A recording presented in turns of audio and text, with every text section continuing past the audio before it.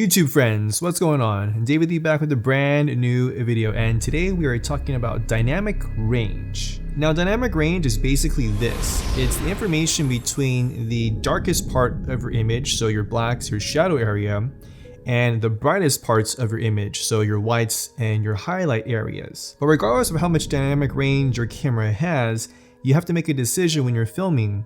Your camera only has so much, so you have to choose if you want to expose for your highlight areas or for your darker areas. Now, why is it important to know about how much dynamic range your camera has?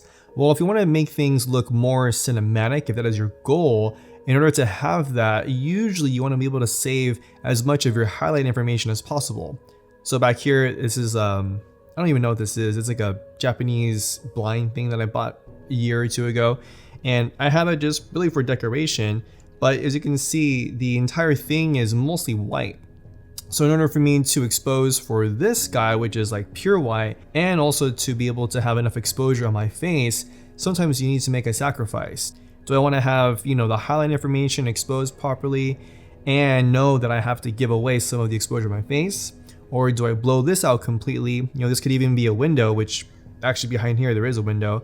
Do I want to blow out the window completely and have my face properly exposed? That essentially is what your dynamic range is for your camera. Now, the cameras that we use, whether you're using Canon or Panasonic or Sony, every camera, depending on the log profile, or if it doesn't have a log profile, has a different set of dynamic range.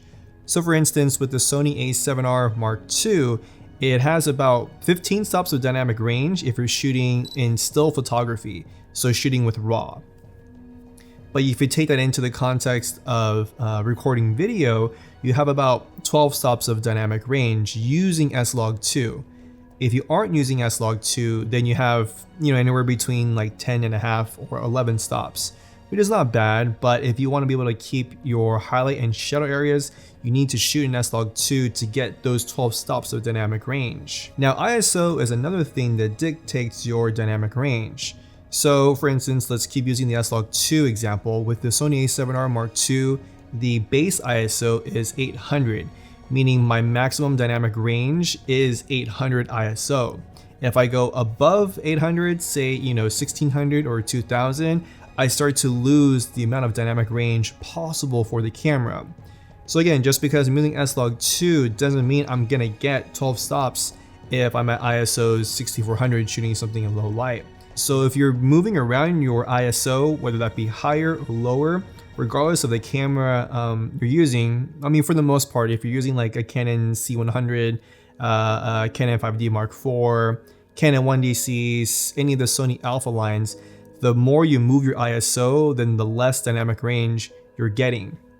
Because the manufacturer and the engineers have dictated and designed the camera to have the most dynamic range for say ISO 800 or ISO 850. Some of them are even a little bit different. So to get the most out of your dynamic range in anything that you're filming, go into it with this in mind. What can I expose for, and what is most important for me to expose for? If you're okay with blowing out your highlights because it saves the information for your talent or whatever subject you're filming for, I feel like if you can find the middle ground between that, then that's where you should aim for.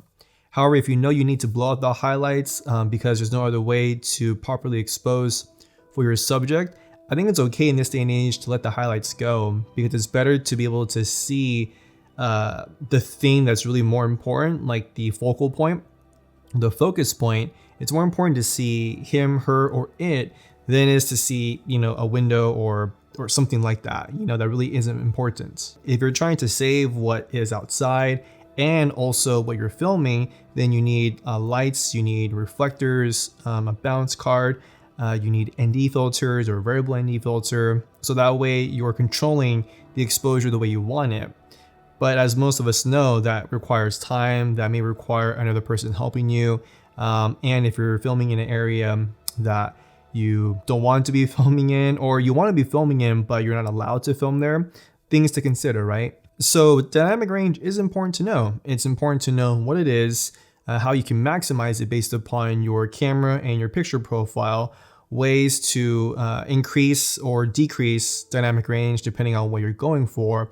And at the end of the day, again, is to not be too afraid or to shy away from using your camera just because it only has 10 stops. Quick little video, but I hope to help you guys out in some fashion, because I was at a point in my life where I was worried that dynamic range just it's not the same as like with an Alexa or with a Red or a Blackmagic or any other camera, right? But the more I became consumed by it, the less things I was making, because I was trying to compare a $2,000 camera to like a $60,000 camera. It just doesn't make any sense. And I hope for you guys, you also take something away from that. Leave a thumbs up if you liked the video. Leave a comment down below. Let me know your thoughts on dynamic range and any tips or tricks you use to maximize dynamic range for your camera system. Subscribe to my YouTube channel just so you're notified of new content coming out. And remember, friends, that every day you have an opportunity to create your experience and to write and tell your own story. My name is David Lee, and I'm gonna catch you guys in the next video.